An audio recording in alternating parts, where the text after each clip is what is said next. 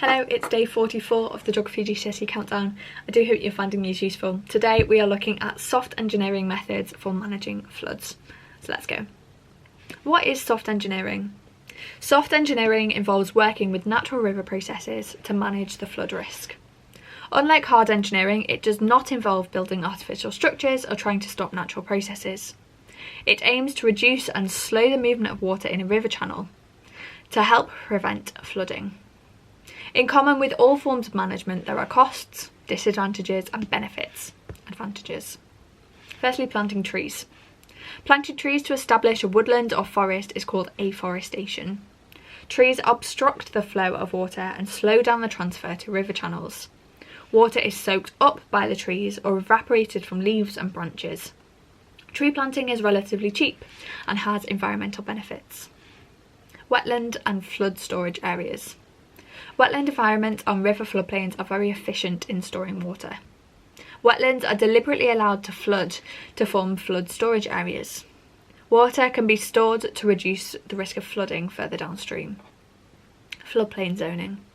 Floodplain zoning restricts different land uses on certain locations of the floodplain. Areas close to the river and at risk from flooding can be a clear area of high value land for uses of housing and industry, but instead these areas can be used for pasture, parkland or playing fields. Floodplain zoning can reduce overall losses caused by flood damage, but it can be difficult to implement on floodplains that have already been developed and can cause land prices to fall. River restoration. Where the course of a river has been changed artificially, river restoration can return it to its original course.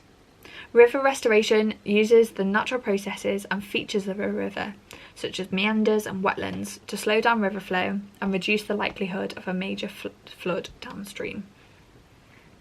Flood warnings and preparation. Rivers and river basins are monitored remotely using satellite and computer technology. Instruments are used to measure rainfall and to check river levels. Computer models can then be used to predict discharges and identify areas at risk of flooding. In England and Wales, the Environment Agency issues flood warnings if flooding is likely. Warnings are sent to the emergency services and the public using social media, text and email. There are 3 levels of warning. Firstly, flood watch. Flooding of low-lying land and roads is expected. People should be prepared and watch river levels. Secondly, flood warning. There is a threat to homes and businesses. People should move areas of value to upper floors and turn off areas of electricity and water. And then 3, severe flood warning. Extreme danger to life and property is expected. People should stay in an upper level of their home or leave the property. The Environment Agency makes maps identifying areas at risk from flooding. People in these areas are encouraged to plan for floods. This might include planning what you do if there's a flood warning.